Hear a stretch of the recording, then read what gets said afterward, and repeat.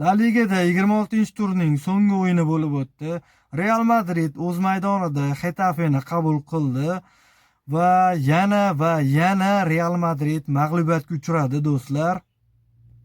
Real Madridda jarohatlangan o'yinchilar yetarlicha va kechagi o'yinni o'tkazib yuborgan o'yinchilar Kylian Mbappe, Eduardo Camavinga, Jude Bellingham, Eder Militao, Raul Asensio hamda Sebalioslar bu o'yinda ishtirok etishmadi jarohati tufayli.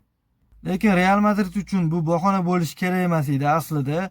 16 ta o'yindan beri Getafeni taslim etib kelayotgan Real Madrid o'z uyida mag'lubiyatga uchradi.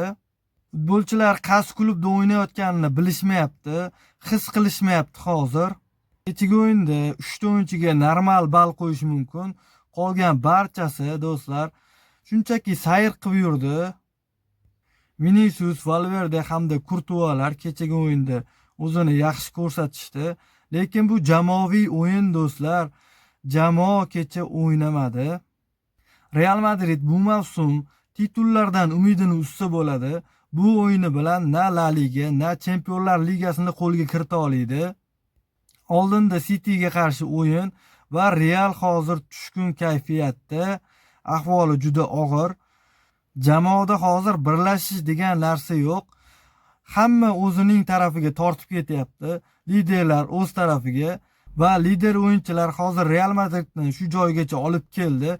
Lekin endi bu yog'iga kuchli jamoalarga qarshi o'yinlar bor Chempionlar Ligasida ham. Endi liderlar hal qila olmasligi mumkin.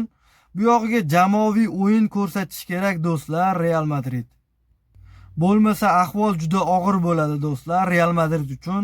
Kylian Mbappening karyerasi xavf ostida, chunki 3 oydan beri bir jarohat bilan kurash olib kelyapti va dori-darmonlar bilan maydonga tushib kelayotgan Kylian Mbappe Real shifokorlaridan norozi va jarohatini tuzatish uchun Fransiyaga yo'l oldi va Real Madrid unga 15 kun vaqt berdi.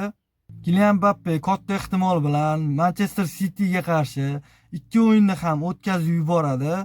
Kylian Mbappe jahon chempionatida o'ynashga umid qilmoqda.